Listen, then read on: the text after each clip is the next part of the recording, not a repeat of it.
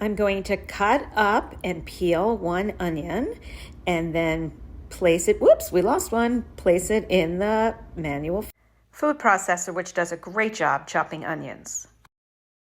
Grab a piece of the asparagus on either end and it will break to take away the part that is tough.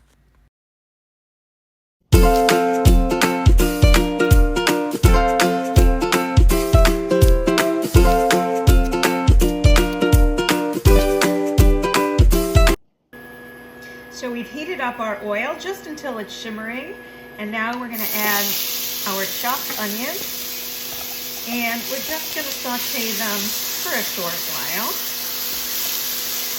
Then we add the asparagus.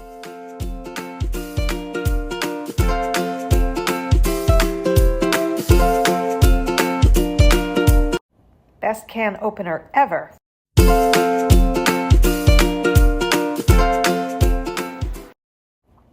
We're going to add our vegetable broth, the drained white beans, the caramelized onions, and the asparagus right to the blender. Get it all in. Then we just set to soup.